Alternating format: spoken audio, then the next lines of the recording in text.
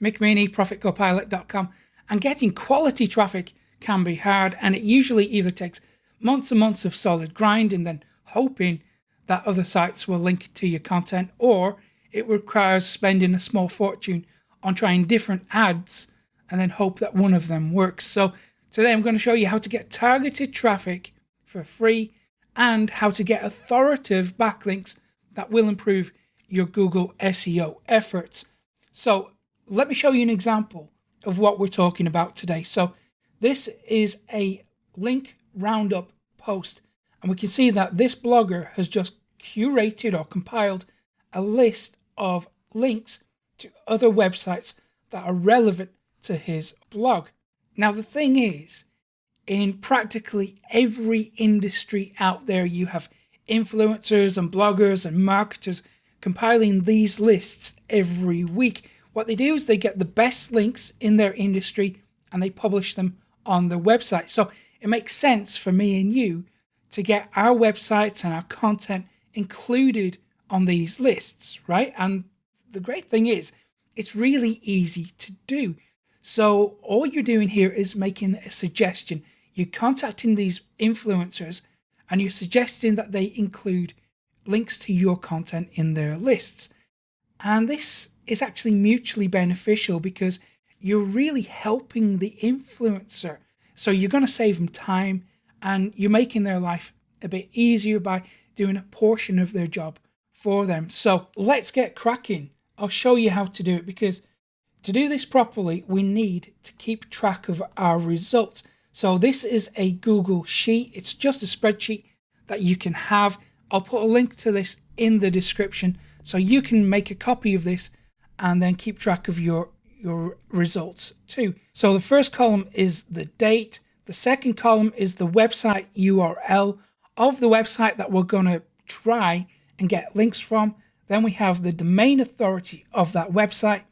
Then we have the name of the roundup, and then the contact name of the person running the roundup, their email address, and then the published URL when they publish a link to our content. So the reason why we keep track of the name of Roundup is because when it comes to the outreach portion, which I'll show you how to do, we need to include the name of their roundup.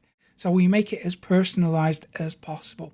Let's use the example that we've just looked at. Then we put in the website URL, and now we need to check the domain authority. The reason why we include the DA is because ideally we want to approach websites that have a higher domain authority than our own website, because that link juice will then force our website higher in the search engine rank. So to check the DA, we can use Moz. Just put in the website address. It's going to give you the domain authority there. This one is 18. So that's not too bad. That's okay. And then the name of the roundup. And this is called the Marketing Weekly Roundup. Copy that and then just paste it in there. So we have the name. Now we need the contact name. So the name of this blogger is Toon. We take a record of their name, and now we need to find their contact details.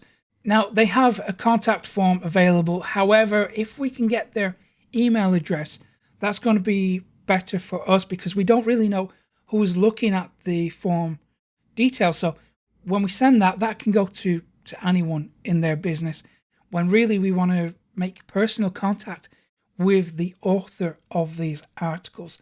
So as a last resort, use the contact form. If you can find their email address, that's going to be better for you. We'll speak about how to do that later on. So for the moment, let's just put in the contact form so we can move forward. And then we have published URL. So it's not published yet, so I'm going to put an N, or we can put a 0 or some indication that we haven't been published yet. So now we have a spreadsheet, or the beginnings of a spreadsheet, that makes it easy to keep track of our results. Okay, so how do we find these opportunities? It's really simple. We go to Google and we put in a seed keyword. So let's say we can go something like marketing plus link roundup. So we might want to try it with or without quotes. It will bring back slightly different results. So let's just go with this for the moment, marketing plus link roundup. Let's see what we've got. Now, you're going to find something pretty interesting here. There's going to be a mix of different results on the search engine results page. First of all, we're going to have content about link roundups, which we want to avoid. But if we look here, we can find actual link roundups. So this might be relevant to us. Let's go take a look at what type of content is being published. And there, that's a great example. So there we have the links to different articles relating to marketing. We would really want to be featured on this website. So we would add this to our spreadsheet. So we're off to a good start. Now, we have these different operators or search strings that we can use. So we can swap this out. So let's say we go weekly roundup.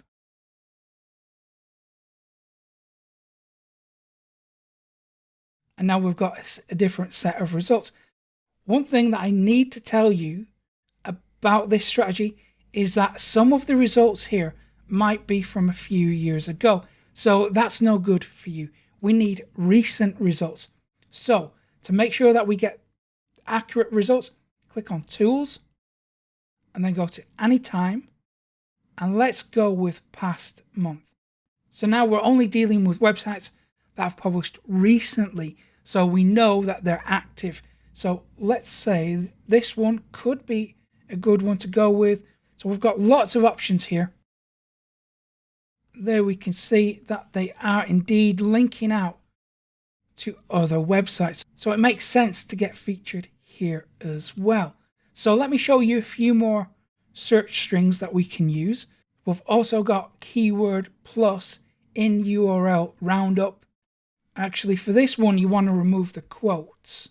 We can change that again to intitle roundup.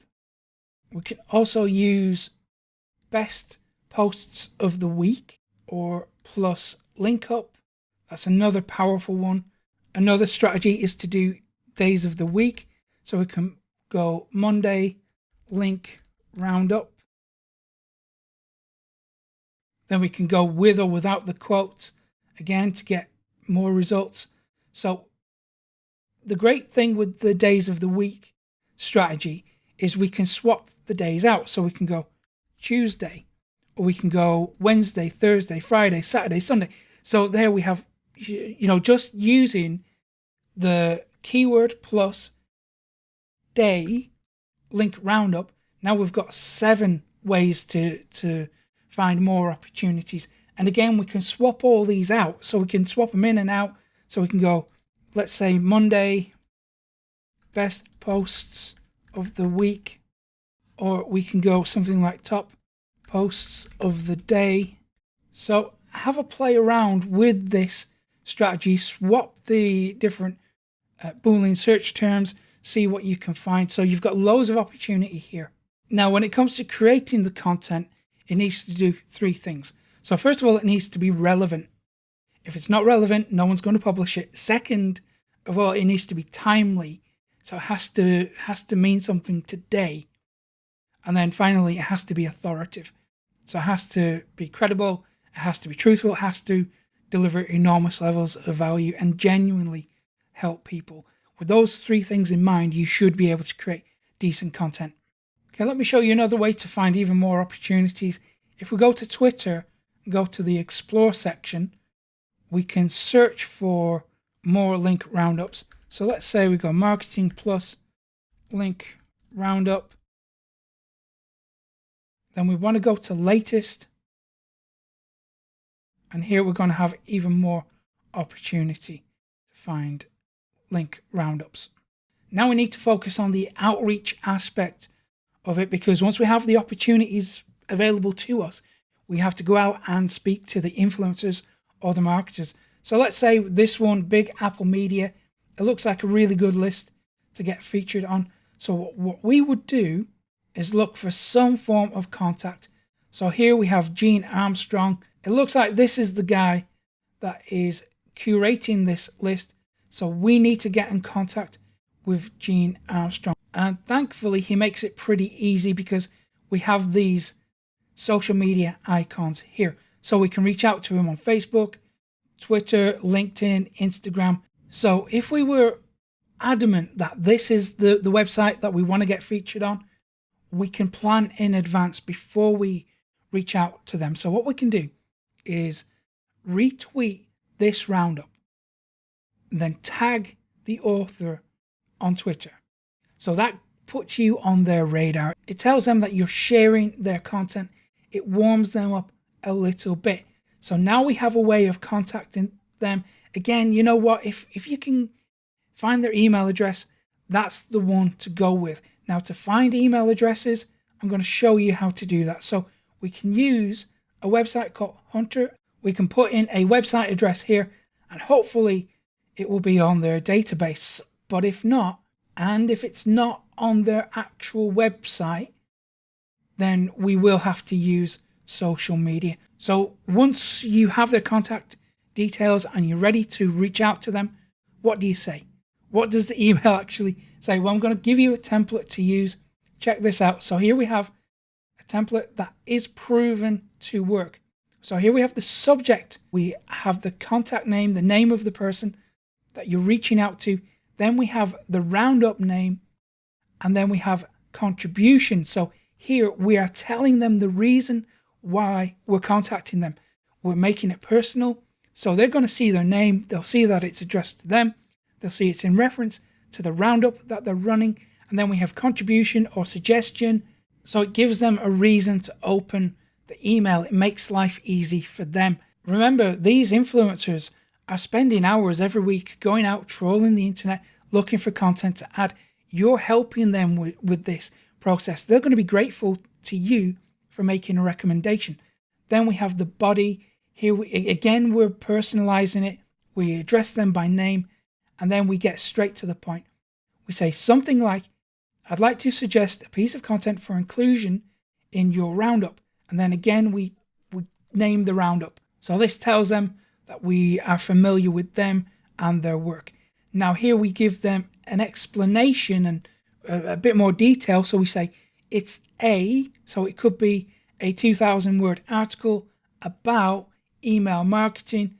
I've written for, and then we have the target audience. So it could be for affiliate marketers. So we might say something like, it's a 2,000 word article about email marketing. I've written for affiliate marketers. And then we give them a reason to include it. So we say, I believe it will be of interest to your audience because it will help them achieve X, Y, Z. Here, this is really important. When we give people a reason, a because to do something, we have seen an increase in conversions. So absolutely give people a reason to do something. If you want to influence someone to do something, give them a reason to do it. And then here we have a sentence. The article is published here, and then we include the URL to your website, to the piece of content. Then we finish off with, thank you for your consideration. Best regards. We include your name and your phone number. Why do we include your phone number? Because it gives you more credibility. It makes you seem more real. Remember, these guys are probably getting pitched left, right, and center, and there's a lot of tactics going on that they will be immune to. So the best approach is to just be direct. Be upfront and honest. Say, I have this piece of content. This is it. I think it's going to benefit your audience. And I am a real person. I am accessible. This is my phone number. So if they have any questions, they will just respond via email and then follow up. So give them a few days, give them a week, and then follow up. Just send a little reminder saying, I emailed you on such a date about this roundup. Just chasing up, seeing if you've got the email, if you have any questions. And what's going to happen is when you follow up, you increase the chance of a response. We always benefit from the follow-up. So the first email is going to be cold, and then the second email is a little bit warmer. So we tend to get better results from the follow-up. So don't ignore that. So go back to your spreadsheet, take a note of that and the follow-up if you need to. And we can also save this as a template in Gmail. If you want me to create a separate tutorial on how to do that, let me know and I'll go ahead and create that for you. And listen, if you are serious about growing a popular and profitable internet business, then of course you need more traffic. So look at how my student Matt used my traffic strategies to make over $2 million online in less than 1 year. So go to profitcopilot.com/traffic or click the link in the description or the thumbnail on screen now and get the secret traffic methods that I never share on YouTube or anywhere else for free. And also, if you found today's tutorial useful, give it a thumbs up below, subscribe to the channel too, hit that little notification bell so you never miss an update from me, and I will hopefully see you again in a couple of days' time. Take care.